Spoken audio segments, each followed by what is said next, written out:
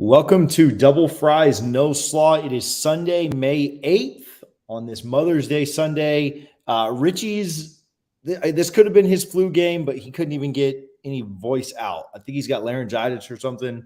He said he has absolutely no voice. So you're flying solo with me today, TJ Pittenger. And we've got Rising Spear COO Will Cowen on. Will, how's it going today? Great. How are you, TJ? I'm good. Usually I prep people before they come on, and we did talk a lot off air and figured out technical stuff and everything else, but I didn't prep you very well. But we do ask everybody that comes on here the most important question of the show. And are you a double fries guy when you're going through Guthrie's, or what's the, absolutely. Have you had? I got to have it all. I'm a transplant from California. So the whole slaw fried chicken thing it was relatively new for me in the volume that we have it here in the beautiful Southern United States. But when I go all in. There's no diet soda on that menu. Yeah, perfect. The double fries, you got to get an extra sauce if you've got that many carbs going on, because that sauce is gone in 3 dunks. But good stuff. Double Fries No Slaw, brought to you by Guthrie's in Tallahassee. We appreciate their support.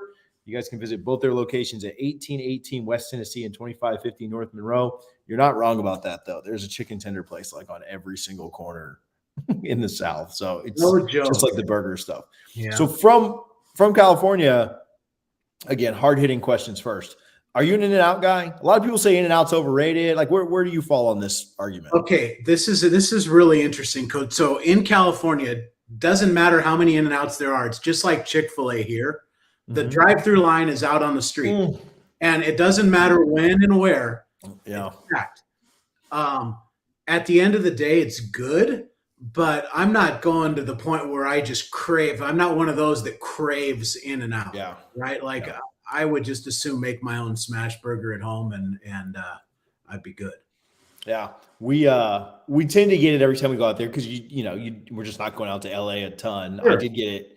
I got it twice when I went out for the national championship. So in Pasadena. So, but yeah, I like it. But yeah, I mean, it's at the end of the day, it's a burger. I do like that they're, and I don't know how the last 2 years have been for them. I do like how their prices are not insane. You go to Shake Shack or something, and I'm feeding my family of 4 for $50. I'm just so I do like that In-N-Out's prices have remained. They keep it simple, right? It's burgers and fries. They don't venture into chicken, and it's burgers, fries, and shakes. They do employ a lot of local people, not a lot of marketing and advertising. They don't really need it.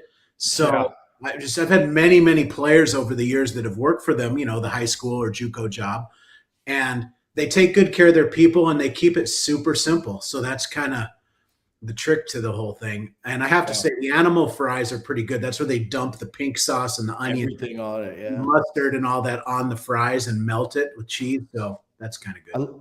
I love that grilled onion on the burger too. So now I'm with you. Simple's usually the way to do it. So now I'm starving. We're going to Mother's Day lunch here in a little bit, and I'm ready to go. So if you guys are watching this, if you could do us a favor and share it, we would certainly appreciate that. Whether you're on Facebook, YouTube, Twitter, wherever, hit that share button, hit that retweet button, and we'll jump into it. Let's talk a little bit about you talked about being from the West Coast, ended up at Florida State. For those that don't know, director of player development for 4 years?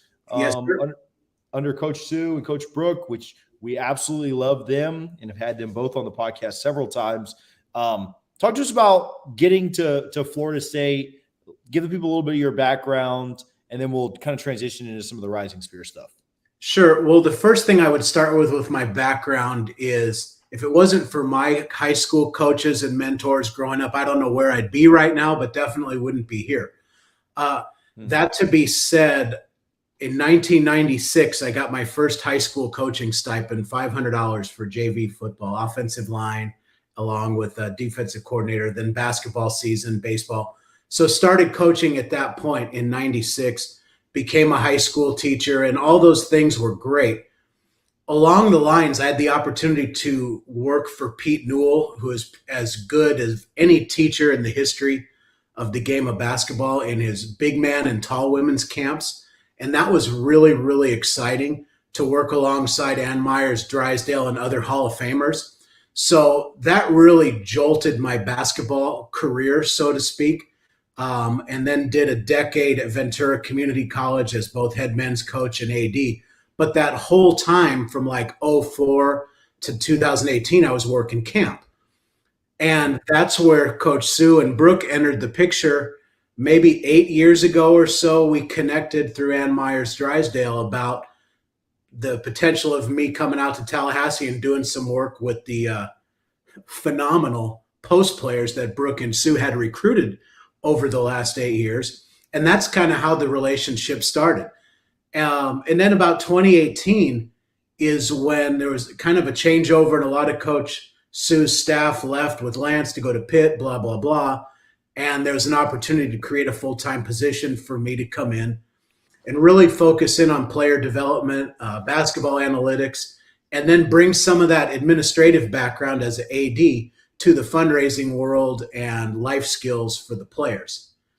So that's the Reader's Digest version of my background and how I got here. The interesting twist to all of it is, we'll get into it, I'm sure, in a bit, is where the NIL portion entered a couple of years ago. Yeah, you were you were on a committee. You were the head, right? The chair, right. NIL task force from 2019 to 2021 as things started coming down the pike.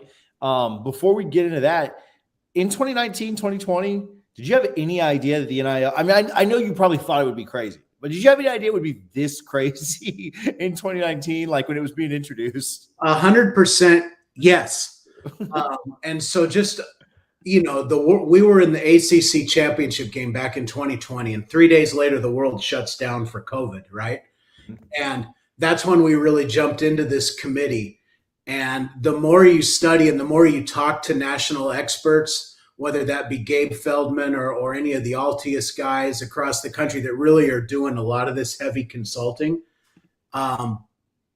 without question, we knew over a year before NIL even happened that all of this was possible without the necessary guardrails you're reading about today. So short answer is yes, and it happened. Yeah, no, it's been pretty nuts. We're almost a year into it. So you get a call, probably a couple of calls, and Rising Spear offers you the COO position. You come over and are now leading several efforts there. We've spoken a lot about Rising Spear on this show. I've done a lot of it on the FSU spaces that I do weekly, but wanted to kind of get you on to talk about Rising Spear in general and you ending up there. You talk a little bit about what makes Rising Spear different than a lot of our other, NIL collectives that we may see across the country? Sure. What really makes Rising Spear different is one of the big reasons that I decided to do this, because Rising Spear is driven by tax-deductible donations from our fans, our boosters, our alumni, things of that nature.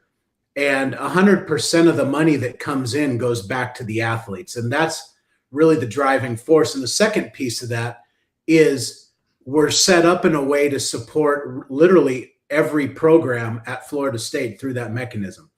So there were a lot of conversations between myself, Michael Alford, as he was transitioning to be the AD, and then, of course, Alan Flamenhoff and Bob Davis, our co-founders, as to this possibility. Because the Florida law never changed, it would be very difficult for me to continue working with NIL for the school at Florida State, because employees can't really get into the weeds and help the players out in any meaningful way.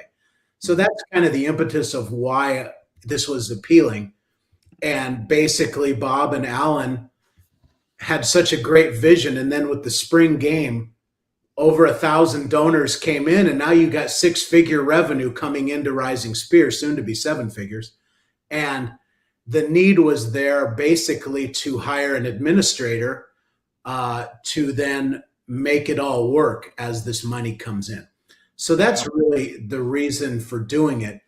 And we can jump into anything else you want from there as to more specific questions. Yeah, no, there was a really big swell of support right around that spring game.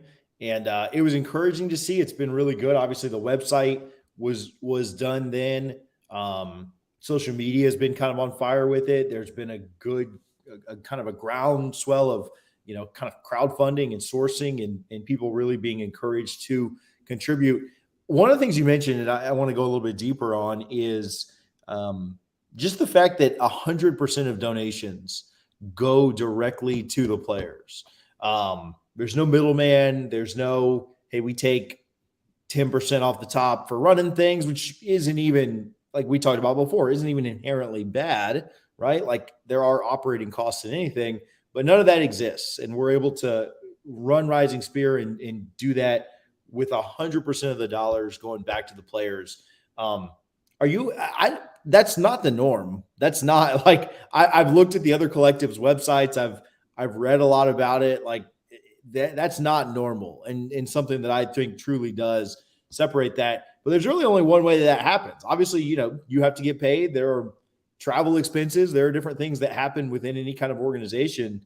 And you mentioned Alan and Bob, and they really stepped up and really kind of took the bull by the horns. And I don't know if they knew how much bull they were grabbing by the horns back in late 2021, but those two guys really are a lot of why we're able to do what we can do today, right? Right. They both had to resign from the Seminole Booster Board in order to do this. And basically between them and our board of directors, they are absorbing those costs. So when the donations come in, we're able to route that money to the student athletes.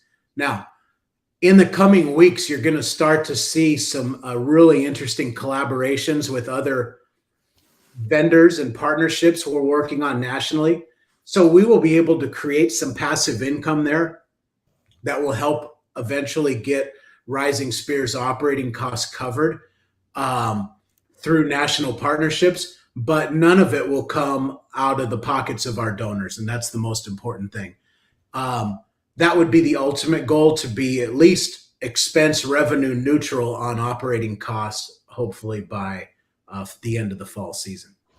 I think it's just such a strong statement. Like you said, I don't think there's anything inherently wrong with a company using, if they don't have the ability or can't, and they need to use donations as operating costs. I mean, I think that most nonprofits, most charities do that. But I think it's just so strong to be able to tell fans, hey, look, you give $10, that $10 is going, all of it is going to a player. You give $10,000, that $10,000 is going to student athletes and nowhere else. So well, I love that aspect. Yeah, and a big point of that is our donation system has no benefits tied to it.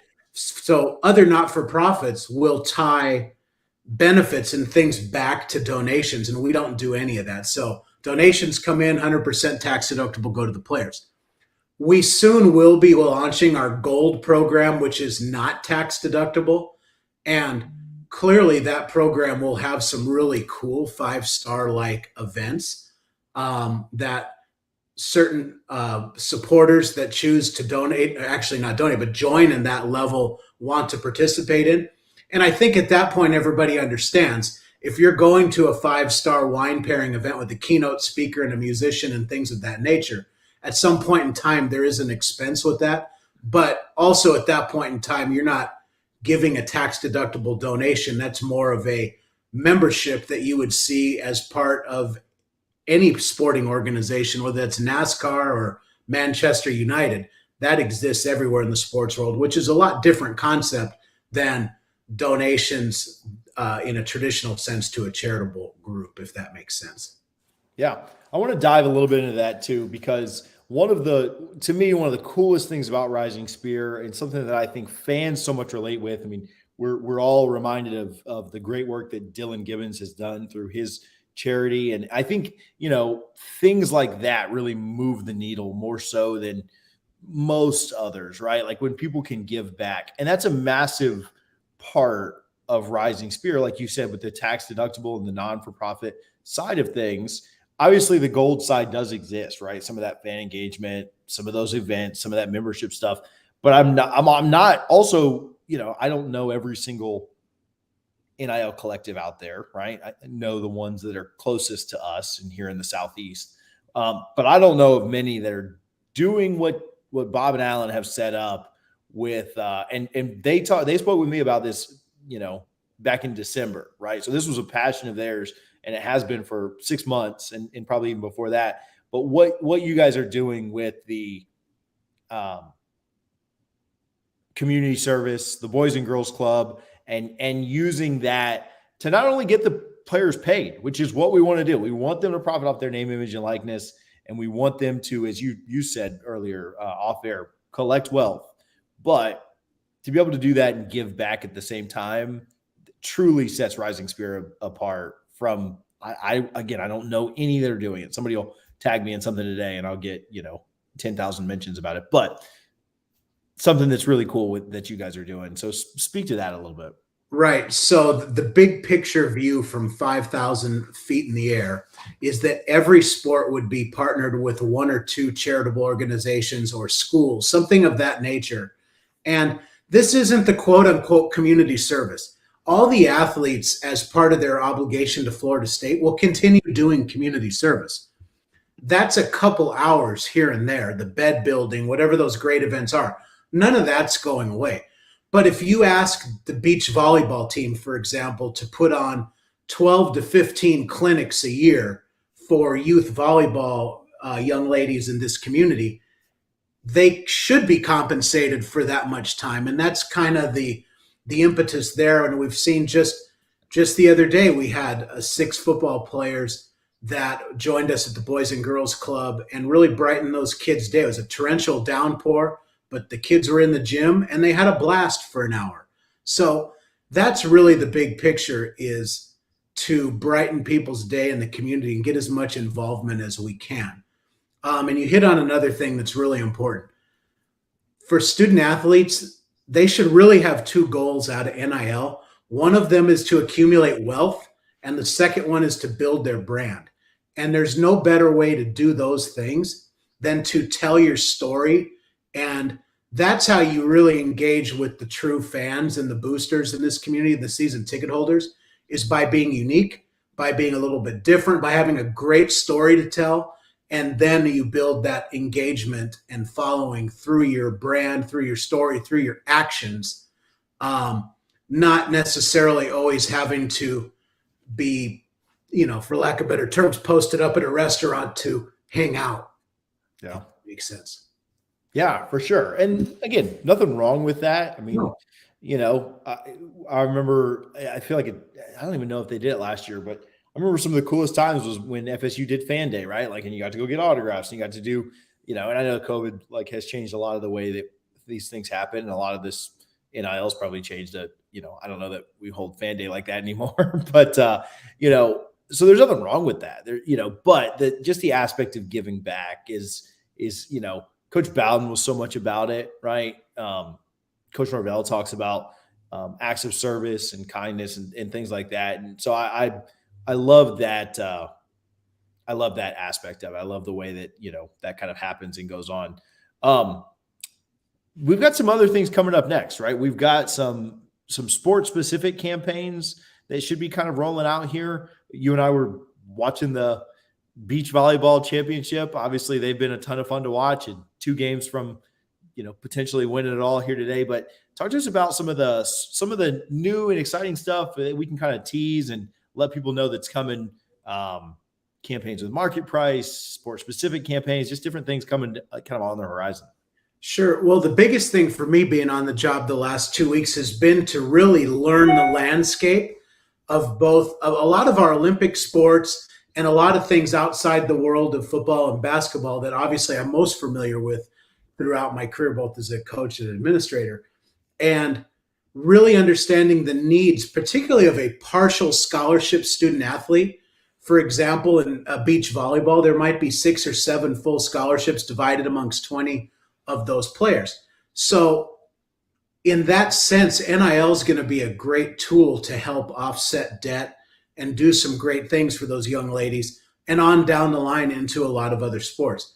So we got some technology coming in the next couple of weeks that's really going to help enhance the ability to create campaigns for those sports, push it out via text, email, and social, but also the artificial intelligence, the AI behind that technology, where we're going to start to analyze the shopping trends and things of that nature, and really target new donors that really care about beach volleyball or tennis or baseball or softball, whatever it may be, that aren't even on the radar at this point in time. So it's really exciting stuff coming in the next month. Yeah, which is awesome. I mean, so many people support, I had people over yesterday and I was watching the men's tennis upset UGA on my phone. And, some people are like very, very passionate. Now, most people are very passionate about football or basketball, and I get that, but some people are super diehard passionate about some of those other sports. And so being able to target those specifically and allow people that option. Again, I think Rising Spear is very innovative in that way, to be able to have things kind of direct where fans and Seminole supporters can have those funds directed to wherever they want, right? Like there's, you're not Venmoing a kid, but like you're saying, hey, I support this program. I want my funds to go here. I want this donation to go here. Again, innovative. I don't know that exists with other platforms, right, where they just kind of, you give us the money in the bucket, we'll send it all out, where we prefer it. So I do like that a lot. Yeah, that's not the most transparent way to do business. And I think that's really important, to be able to allocate it toward a team. And it's important to know, not necessarily a player, for someone that makes a donation. But to that end, we haven't talked much about businesses. We have a platform coming on board this month called Market Price, where any business owner in the country can create a free account and engage directly with a Florida State player. So that's a much different mechanism. That is a way for a person to work one-on-one with the player of their choice. It's great technology. And another thing about it is there's no cost to the athlete, thanks to Alan and Bob, and there's no cost to the business to sign up and begin that communication. So that's really, really important that we have those things in place so that any business can sign up and begin those communications with an athlete to endorse the business on social media, whether that's a sandwich shop or a barber shop, whatever it may be. Or a chicken tender spot. Yes, sir.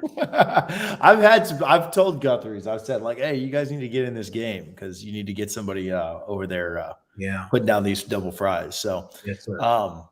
Cool. Well, anything else we can, I've quizzed you a ton. Anything else we can talk about with, we try to be thorough, but also, obviously want to encourage people that I try and tell people all the time, if you have questions, I'm more than happy to try and answer any questions based on my understanding. And then if you have further questions, there's a contact link on the website that you can reach out with more of your questions. But again, if you're not supporting, if you're not signed up, but you're a diehard Seminole, we certainly would encourage it. 100% of donations go to the players, as we've mentioned. But yeah, Will, anything else that we can kind of mention or bring up or chat about before we go? Yeah, and it's right where you left off, TJ, is we need everybody that really wants to see Florida State succeed to get involved. If it's through your business and Market Price, reach out to us. We'll set it up. If you're able to donate money, of course, please do so. But even if you can't do either of those things, reach out anyway. And there are ways that you could become an ambassador. And even if you can't make the donation yourself, possibly friends, family, people you work with that are passionate Seminole fans, we can get you involved that way. So it's really a call to action that we need every single person to do something to help move the needle in NIL. That would be the biggest thing. Yeah, I'm right there with you. It was very encouraging when we saw the number of donors go up over 1,000. But I was chatting with Matthew. I said, okay, well now it's time to hit 2,000, and then from there it'll be time to hit 2,500. From there it'll be time to hit 5,000, and so we put 85,000 people in that stadium. It's time to to kind of continue to work and get that number up. So I'm excited with the different campaigns you've got going. I'm excited to see the platform continue to grow. And like I said, at the end of the day, see the kids kind of getting taken care of. Yeah, a couple things. One, big shout out to Matt Quigley, K-Camp, the Zimmerman Agency for everything they've been doing for the last few months to really make everything you just said possible. And then thanks again, TJ, to you and your incredible team for doing such a great job with Double Fries on these podcasts. They're amazing. Well, I appreciate it, Matt. I'm sorry, Matt. You got me saying Matt now. Yeah, shout out to Matt, Bob, Allen, everybody that kind of makes this thing go. Will, thank you a ton for hanging out today, man. We really appreciate it. Sure, no problem. Have a great weekend. Take care, buddy. All right. Will Cowen, the COO of Rising Spear. Again, if you have not donated and you have questions, you're welcome to shoot me a message. You can shoot the show account a message. But want to encourage you to continue to support there. I also like, and he wasn't on here, we didn't mention it, but I also really like that their platform very much encourages booster support. Not only do we want to take care of the players, but we want things like new facilities and the best of the best when it comes to coaches. And so we certainly encourage booster support too, but obviously showed a lot of love there. I want to welcome another guest to the show here. Roberto Aguayo. Roberto, how's it going, my man? What's up? Can you hear me? Yeah, you're perfect. You came in like mid-show, and so we don't get like the time to like do like the test behind and like, man, I just hope this thing works. It's all good. It's all good. This is how we used to do shows. We didn't like do a lot of setup in the past. So how are you doing, man? Thanks for hanging out. Good. No, thanks for having me. This is cool. Yeah, no doubt about it. So we hit people with the hard-hitting questions first. So wanted to ask you, I know this is gonna be a tough one, so I don't mean to come out like swinging, but when you go through Guthrie's, I mean, like you're tossing the slaw out too, right? Like double fries, no slaw. Always, man, always. Shoot, right, cool. I haven't been to Guth in a long time, but good memories. Always double fries, no slaw. Yeah, I was gonna say you can't do the coleslaw thing. We'd just be like, all right, well, thank you guys for tuning in. We'll see you next week. We'll be back. So no, I really appreciate you taking the time and chatting a little bit today. Wanted to get a chance to talk with you a little bit about your career, a little bit about what you're doing now, and then we'll let you get back to Mother's Day. We'll let you get back to the day, but we'll start out like with your career. I don't know if a lot of people, I don't know if you've talked about this a ton or if you have told this story much, but how did you end up at Florida State? Like, tell me about like the recruiting process and what that was like. So I started, I played Pop Warner when I was little, and I really was the only guy that could kick a football and for my team. And I played other positions, but it wasn't until I got to high school and my high school coach wanted me to play for varsity my freshman year because the senior kicker was going to stick to soccer. So I was like, all right. He's like, but you're only going to be the kicker. So I was kind of bummed that I couldn't play any other positions, but he's like, you're very, very talented, whatever. So played that season, did well. And then the next year, that summer, I went to my first camp, and it was down here in West Palm, and the number one kicker in the country was at that camp, and it was Cody Parkey, who was committed to Auburn. And I remember coming. This is my first camp. I had never been, any camp or anything. So I'm telling my dad, I'm like, Dad, that's Cody Parkey. Like, that's the number one kicker in the country, like the best. And he's committed to Auburn. He had like his Auburn bag. I'm pretty sure like he was, decked out. So we go through the camp. Me and him end up battling out at the end for the huge kickoff leg, right? So he hits an 80-yard kickoff, and he's a junior going to be a senior, and I'm a freshman going to be a sophomore.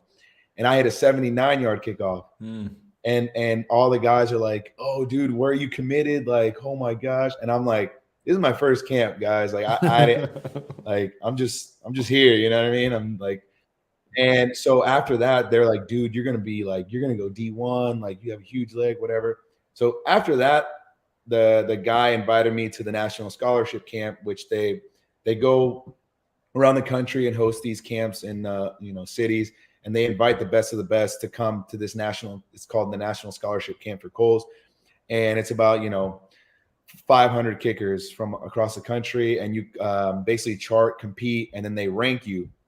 And I went there in that July, like 3 months later, and I came back the number one kicker in the country for the 2012 class.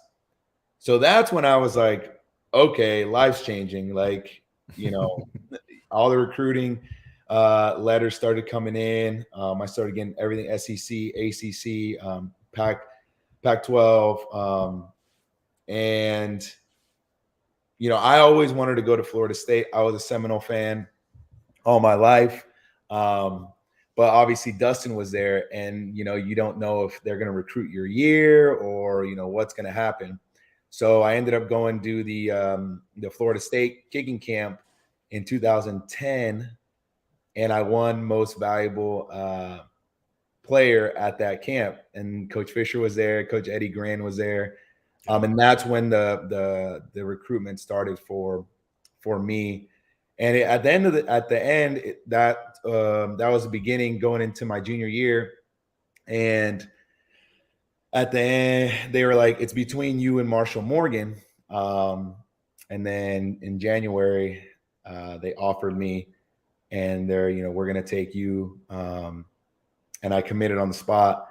And after that, other schools wanted to offer. Florida wanted to offer, a couple others. And my coach was like, I got to tell, like, are you open? Like, is it just a soft commit, like a verbal, like, and I'm like, no, like, I've always wanted to go to Florida State. Coach Fisher, gave me the opportunity for like that to be my first offer. Like, I'm solid Florida State. I don't want to go anywhere else. So that's kind of how the whole recruiting process went for me.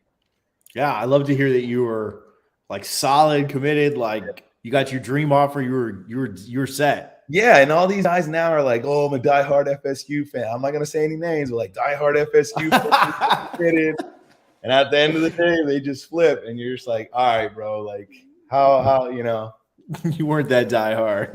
Yeah. I need some Derwins that are getting tattoos, bro. That's what I need. Exactly. Like, are you really committed, So 2013 national championship year, Luke Groza year. Was it weird? Like, I went back and like looked at your kicks, and so like outside of like the national championship, was it weird? Like, okay, I almost just asked this poorly, but like there wasn't as much pressure on you in that 2013 year, right? Like a lot of extra points. Yep. Like a ton of extra points. But I think we played in 14 games that year. I believe, if I did the numbers correctly, you, as the kicker, outscored like 8 of the 13 teams we played that year. Like something ridiculous like that. Like that's dumb. Like that's not, like, was it weird, like not having as much pressure like in those kicks, or do you always put that pressure on yourself, or like how's that work in 2013? I mean, that's a good read by you, like it's to me there was pressure going in, taking over Dustin, and so everyone was like, oh, you're gonna rock the gold shoes, you're gonna do all that, and I was like, no, I have to create my own legacy here, and but there was pressure, but at the end of the day, I mean, we would be up by like 40, 50. But every kick counted for me, right? So, I wanted to win the Groza. I wanted to, break records. So every opportunity I had, I wanted to make. But I mean, some of those kicks early on, if I miss in the second quarter, it might change, the trajectory of the game. You never know, right? Quiet. You never know. So, but yeah, I mean, it was that national championship game. I really didn't feel any pressure throughout the whole year. So, yeah, no, that's pretty cool. 2014, you kicked, I believe, your first game winner in college, and it was that BC game, if I'm remembering it correctly. Yep. And kind of a weird week. Obviously, the shooting had happened earlier that week. That day was just weird because of what had happened earlier in the week. It was rainy. It was nasty, kind of classic 2014 FSU, where we probably should have won that game kind of going away and didn't. But you ended up hitting the game winner. It wasn't super long. So, again, I don't know if there was a lot of pressure, if there was a ton of pressure that had put on you there. But obviously, Jameis drove us down and set us up pretty well there. Was that pretty, to actually like say like, all right, I'm going to walk this thing off? Oh yeah. I mean, I hadn't kicked the game winner. So I remember when we started the drive, you're all, you're ready to, whether it's going to be a 55-yarder or, you're just hoping they drive it down as close as you can to make it easier. Right. And it ended up being I think like a 28-yarder. But honestly, you can't look at those kicks like, inside the 20. I mean, we all remember Blair Walsh in that playoff game. He missed a 27-yarder to take. I don't know if it was to the to the championship game or the Super Bowl, but you can't take those for granted. You can't walk out there and be like, "Oh, this is a chip shot," and then you don't lock in, you don't focus, and then you miss, and then you walk off like, "Oh, I just missed a chip shot." So you put the same focus in, and thankfully the offense and Jameis drove it down there close, and made it.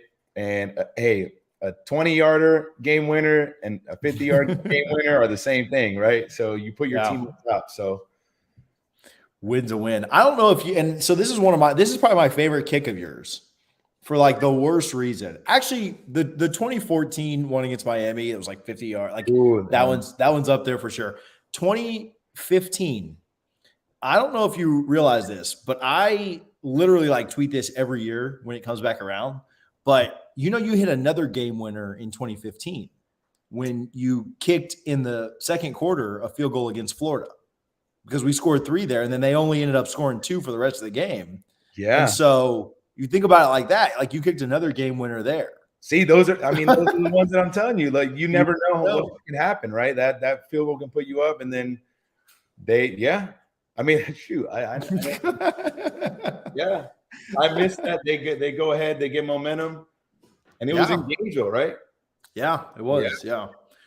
Do you have anything else that kind of like stand like during your college career? Obviously, winning the girls and winning the national championship.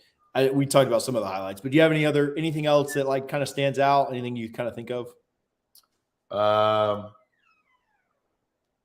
mean, winning a lot of games. We were good, man. Yeah. I said, our kicker outscored like 8 of the teams we played, bro. Yeah. That's ridiculous. Yeah. But like, just looking back, the camaraderie we had, the bond we had, you don't realize it until you're gone, and then you're on other teams, or you look at, where Florida State was, after those years. And it's just, it's hard to win. It's hard to put it all together for 1 year. I don't know how Bama finds a way to do it year in and year out, but like, it's hard. And after that 13 year, I was like, oh, we're just going to do it again in 14. We're just going to do it again in 15. But we saw, everyone saw how hard that 14 season was, where we were coming back from games like that Louisville game. We were down like 21. And we were just grinding it out. But just that, making lifelong friends, going out, having fun, after winning. But yeah. Yeah, that's awesome. What talk to us a little about what we won't skip over this. We don't have to go super deep into it, but did you, I know that like you're kids are going to dream and be like, but did you ever think you'd have your name called on the second day of the NFL draft? Like, how cool was that to like go that early? It was cool. And before, like leading up to the days before, my agent was like, we're hearing anywhere from the 2nd to the 4th round. So I kind of already had an idea. Honestly, like I did think about like, how crazy would it be if I like got called on day 1? Obviously, like those are like high hopes, but the thought crossed my mind, like leading up, like, we watched it, the first day we watched it, and I was just like, it's probably not going to happen, but like, if it did, like, how crazy would that be? Because Sebastian went in the first round back in 2000. So it's happened before. Yeah. But, I was like, I'm probably going to go day 2. I think I went and golfed on that first day, that first round. I didn't really, I really didn't want to like focus on it too much. Because then you start thinking like, where am I going to go? Am I going to go to this team? Am I going to be, here? I was just like, God has a plan. We'll see where I go. And then that second day comes around, and then, my phone isn't really getting service inside the house we were at, so I had to put it out on the balcony. And I'm like, God forbid, like I don't get service. Like they call me, they're like, "Why isn't he answering?" And then like my mom started freaking out. Like she called me, and my phone starts ringing. I'm like, "Oh my gosh!" Like I'm about to get paid. I'm like, and it's my mom, and I'm like, "Mom, why are you calling me?" And she's like, "Making sure the phone works." But no, after that, I put it down, and then probably like 20 minutes later, my phone starts ringing. And I go, and it's a Tampa area code, or it just says Tampa 813 number. And I was like, Tampa. And I get on the phone, and it's Coach Cutter, and he's like, "Hey man, we're about to trade up to get you at 59." And this was like around 50. They were at like the 55th pick, maybe. So had the conversation, spoke to Dirk, spoke to Jason Light. They're like, we're trading up. I think it was like the Steelers. I don't know. They traded up. We're gonna pick you at 59. We're excited to have you. Blah blah blah. So after that, I got to see a couple other picks, and then I got to see when, they go up and they're like, "Oh, the Bucks have made a trade. They're trading up. The pick is in." So I got to see all that, which is cool. But I mean, it all happened. So I don't even remember what they told me on the phone. You just like black out, and you're just like, what? Like, and then after, like, oh my gosh. And like, everyone just blows up your phone. But it was great, man.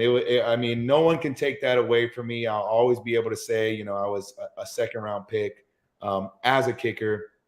To be honest, it was a blessing and a curse. I want to write a book one day and kind of, go into detail, everything. And now looking back, everything that's happened with it. I wouldn't go back and change anything because it's all, made me who I am today. But yeah, I'll always be able to tell my kids, hey, all the hard work I put in college, I did there, came to fruition that day. It was a couple weeks ago, but 7 years ago is when I got drafted. So time flies. Yeah, no doubt. Do you think was it cool to get drafted by Tampa, like with Jameis there? Like, do you think he was like petitioning for you? Like, I don't know if they give like a second year quarterback like all of it, but like, do you think he was like, dude, get my guy? Like, let's go. Well, to be honest, like I didn't. Tampa never talked to me leading up to the draft. The only time they asked for anything was at pro day when the special teams coach pulled me up to the side and said, "Hey, I want you to kick like 3 onside."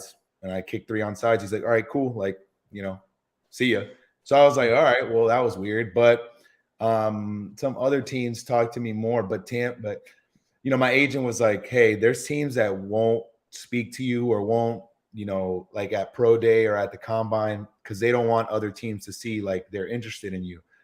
And you always look at like the guys that, maybe are older or are struggling and they had Connor Barth which Connor Barth wasn't a terrible kicker, and he wasn't old by any means. So I never thought like the Bucks might be a chance.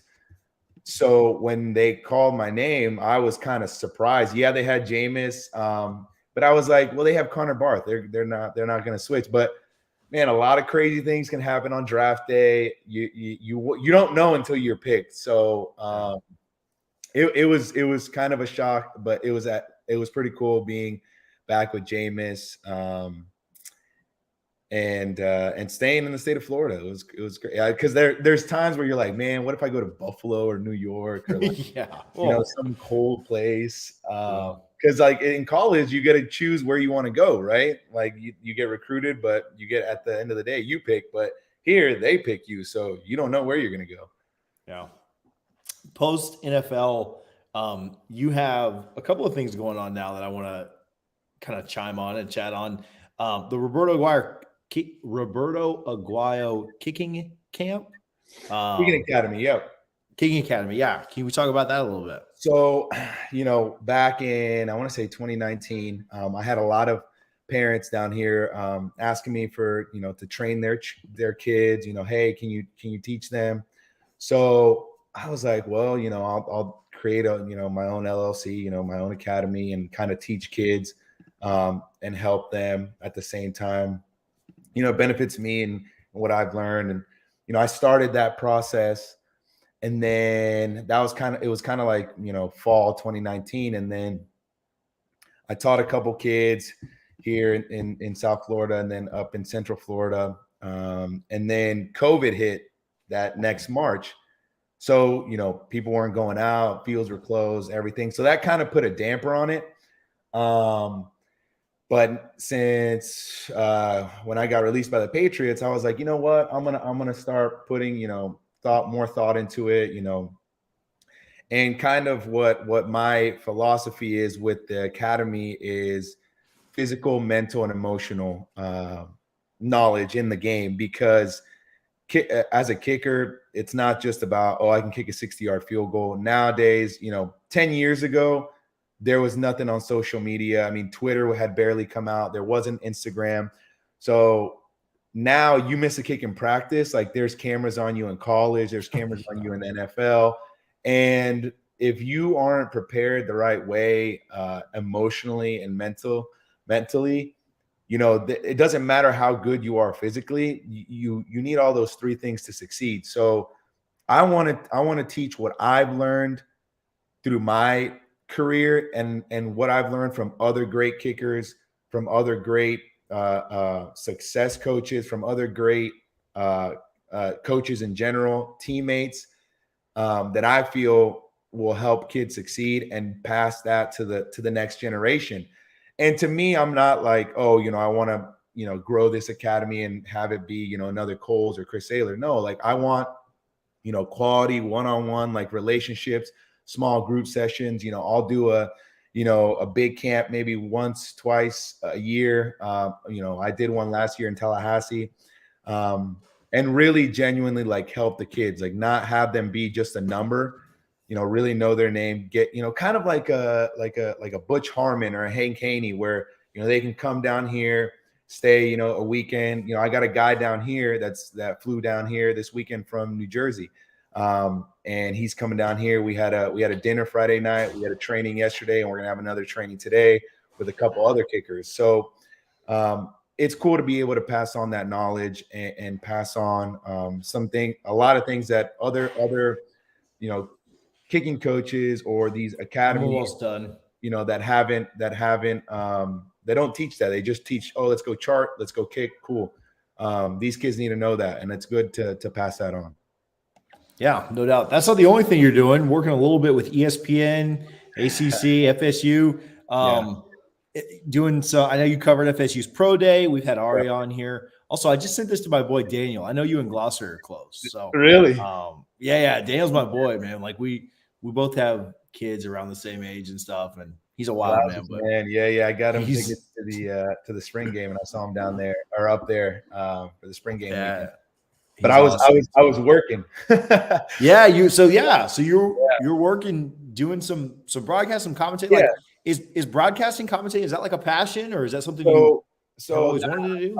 I dabbled in it. I was gonna see if I could do it back in 2019. Transitioning from the NFL, and I like talking, I like speaking, and I thought, and so that's when I met Aria, and then I shadowed some games, basketball games and football games, and I got to see the ropes, right? And they were like, whenever we have an opportunity, we'll let you know. And I was going to see if there was opportunities down here, but everyone's like, hey, we need tape. We need to see you, if how you are on camera. And I didn't have any tape. So it kind of like died down. And then like a couple months ago, Aria reached out and he was like, hey man, we want another analyst to cover Pro Day, and we thought about you. Would you want to do it? And I was like, sign me up. So that was my first gig. They brought me down to be the in-game host for the spring game, that was cool. I was out there interviewing people at the tailgate, talking to them. So, they're going to bring me down in the fall for more stuff, which I enjoy it. I like talking football. And that's kind of something I do on the side too, and I enjoy it, and I enjoy talking to FSU fans and just talking football in general. Yeah, there's a need for a radio guy now, I hear, up in Tallahassee. So really, I don't know if they're like I heard one of the big radio guys. Yeah. Gene retired. it ain't gonna be me. It ain't gonna be, I can tell you that, dude. Oh man. But yeah, we'll see what happens in the fall. I'll definitely be back up there. But no, I got that going. I got the academy going, and I'm back in finance down here in Palm Beach. So that's like kind of my main gig at the private bank here down with JP Morgan in Palm Beach, and helping the global sports and entertainment side, right? Helping athletes that are getting drafted, professionally, whether it be golf, football, and kind of showing them what it is, because, I went through that, right? I got drafted high, and, some of these guys that get drafted high, they don't understand the money part, right? And it's not only about like taking care of it, but like showing them how it's done, and being as an athlete that went through that. I enjoy passing that on to other athletes, and that's what I'm doing. So I have a lot of ventures going, a lot of things up the pipeline. So I'm excited to get back up to FSU in the fall and cover some other things. So heck yeah.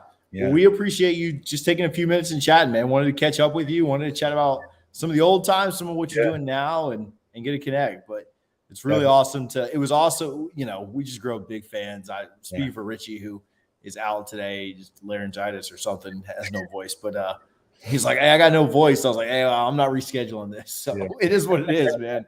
But no, we just grew up big fans, and we really appreciated it and loved watching you when you were at Florida State. And so it's cool to see you back around and doing some pretty neat stuff. So it's a lot of fun to watch for sure. Thanks, man. Yeah, whenever you want me on as a guest, I'm happy to come on. If I'm in Tallahassee, you do a live show, I'd be happy to swing by. I'm excited for FSU football with Coach Norvell. He's doing a lot of great things.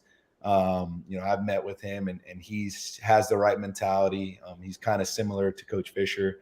And Coach Fisher was a great coach, and he's doing his thing out there at A&M. But yeah, Coach Norvell is going to be down here actually next week, on his booster tour. So I'll be able to see him. And there's a lot of FSU guys down here in South Florida, or in Palm Beach County. But yeah, man. And next time I go to Tallahassee, I make sure I'm going to get a Guth box. Absolutely, bro. It's been too long. I don't even know how long it's been, but it's been too long. Yeah. Good stuff. No, I feel like Florida State is definitely trending back the right way for sure. So DJ, hey, I got a Lou Groza Award winning snapper. Dumar, what's up, my man? How are you? I'm surprised you're awake this early. Mother's Day. Yeah, it's Mother's Day. All right, go kiss your mom, Phil. Good stuff, man. Well, we appreciate you. That's hilarious. Dumar is just popping up in the background. When you said you were in Palm Beach, I was just like, oh, okay, well, like, that's not too far from Phil for sure. Yeah. Here he goes popping up on the background. He's the man. Good stuff. We appreciate it, man. And we appreciate you for hanging out for a few minutes, bro. Yeah. We'll talk soon. Happy Mother's Day to all the mothers out there, too. Yeah, absolutely. Take care, buddy. All right, TJ. Thanks. All right. Roberto Aguayo, 2013 national champion, Lou Groza Award winner. He said second round NFL draft pick, doing some work on the side right now with ESPN, covering Pro Day for FSU. So that was cool. Man, I'll go around the horn real quick. Interviews kind of like took up the bulk of the episode. We didn't dive super deep into football or anything like that, but we will when Richie gets back. I want to get his takes on a couple of different things. Beach volleyball plays 2 today. UCLA, if they win that, they go up against USC in the national championship. Softball won the first game of the series. They're playing game 3 right now, and then they finish up the rest of game 2 later. Game 3 happened first because it was already scheduled to be on the ACC network, so I had to kind of play them in reverse order. Kind of weird, but all good. Men's tennis won a massive game yesterday against UGA. They were down a break twice, but found a way to come back and win. They're in the Sweet 16. Women's tennis takes on UF today for a spot in the Sweet 16 as well. Baseball evened up their series at 1-1. They'll go for the win today against BC. They play UF in the midweek. Women's golf starts the Tallahassee Regional tomorrow through Wednesday. And track and field compete at the ACC Championships this upcoming weekend. Softball also competes at the ACC Championships this upcoming weekend. Track and field, both men and women won the ACC last year, so they're looking to repeat. I'm out of breath. I don't have anything else left, but if you missed any part of the beginning of the episode, go back and watch it. We had Will Cowen on, who is Rising Spear COO. Really, really good information there on that NIL collective that benefits Florida State student athletes. Follow us on all social media. It's Double Fries Pod everywhere. We appreciate those that tune in, those that support. And again, shout out to Guthrie's, shout out to Garnet and Gold.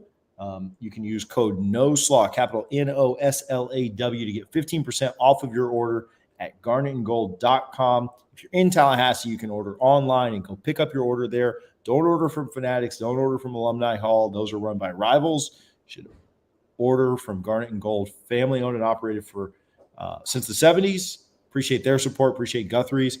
We'll be back next week. Richie, hopefully, will have a voice then. We will see you then. Thanks for tuning in. Go Noles.